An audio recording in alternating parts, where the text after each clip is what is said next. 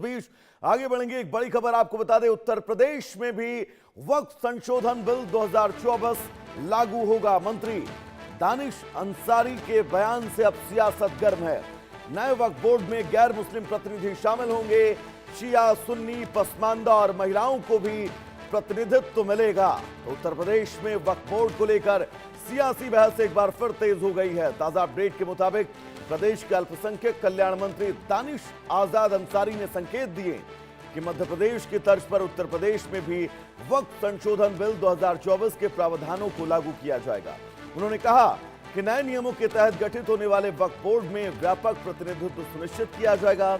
मंत्री के मुताबिक बोर्ड में शिया, सुन्नी, पिछड़े, पसमानदा, मुसलमानों के साथ साथ महिलाओं को भी जगह दी जाएगी। इतना ही नहीं, 2 गैर मुस्लिम सदस्यों को भी नामित किए जाने की बात कही गई है। दानिश ने कहा कि वक्फ बोर्ड किसी एक वर्ग का नहीं बल्कि पूरे समाज का है। दानिश अंसारी ने कहा क्या कुछ है, सुनवाते हैं आपको। ने वक्फ संशोधन अधिनियम लेके आई।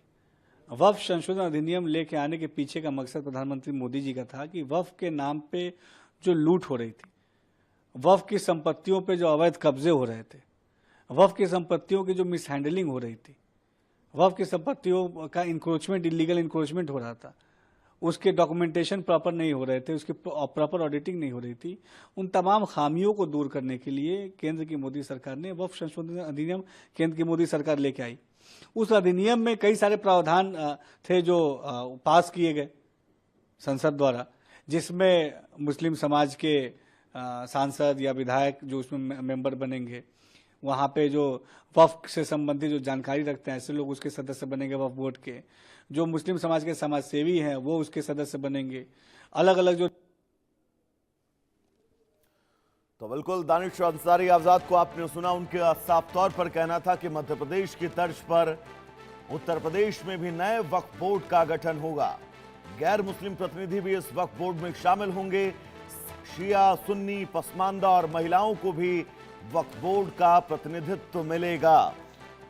वक्फ संशोधन बिल और इस बिल को लेकर क्या कुछ स्थितियां थी, कैसे देश में माहौल गर्म था, और अब दानिश का ये बयान। हमारे साथ सिद्धार्थ प्रताप सिंह जुड़े हुए हैं, हमारे सहयोगी हैं तमाम जरूरी अपडेट्स के साथ।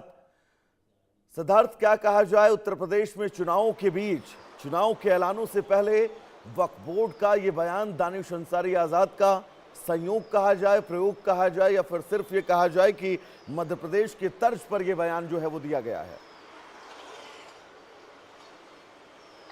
देखिए, बिल्कुल आपको बता दें, जिस तरीके से वक्फ संशोधन बिल 2024 अब उत्तर प्रदेश में भी लागू करने की तैयारी। अभी थोड़ी देर पहले हमारे साथ दानिश आजाद जी थे, उनसे जब हमने उनसे सवाल किया कि ये बताइए कि इसको कब से लागू किया, उन्होंने कहा कि इसको जैसे सरकार ने संशोधन किया है, तमाम जो प्रदेश है वहाँ पर इस बिल को लागू करने के लिए प्रस्तावित है। तो कुल मिलाकर उत्तर प्रदेश में भी इसे लागू करने की तैयारी बिल्कुल ये साफ है। अब जिस तरीके से उन्होंने बयान दिया, कल भी उन्होंने ये बयान दिया था कि इस बिल को जल्द ही लागू किया जाएगा।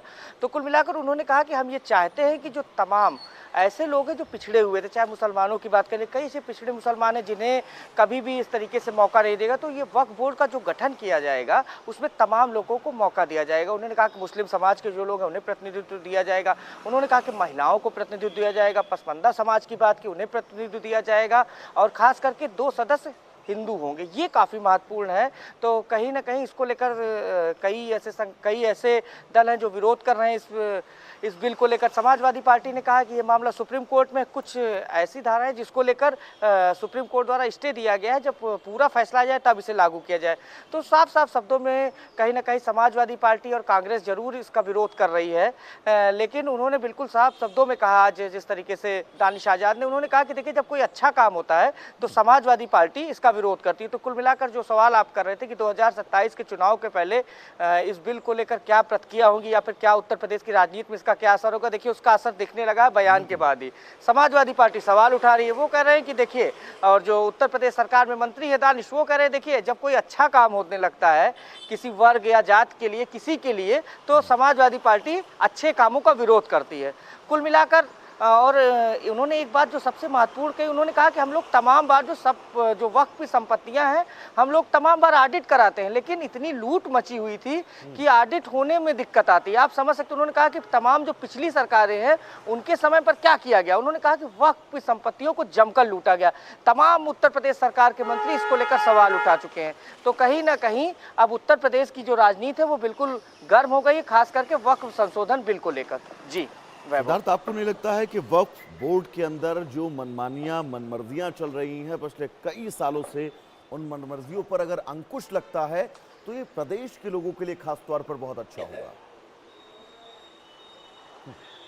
देखिए, बिल्कुल आपने बिल्कुल सही कहा कि ये किसी से छिपा नहीं, ये सब चीज़ें बिल्कुल साफ है। पिछली सरकार नहीं हो, पिछली सरकारों में ये सब चीज़ें देखने को मिली। ये सब ग्राउंड जीरो की सच्चाई है कि तमाम ऐसी संपत्तियों को लेकर जब ऑडिट तक नहीं होने में दिक्कत आती है। आप समझ सकते हैं, खुद उत्तर प्रदेश सरकार के मंत्री कई बार इसको कह चुके हैं कि देखिए, ऑडिट करने में लोग कहीं ना कहीं जो ऑडिट टीम होती है उन्हें काफ़ी दिक्कतों का सामना करना पड़ता है। 1,27,000 के करीब ऐसी संपत्तियां जिसका ऑडिट करने का प्रयास किया गया, तमाम बार कोशिश की गई, लेकिन कई बार इसमें तमाम दिक्कतों का सामना करना पड़ा। लेकिन उन्होंने कहा कि देखिए, हम ये कोशिश कर रहे हैं कि जो समाज के पिछड़े वर्ग है उन्हें प्रतिनिधित्व मिले।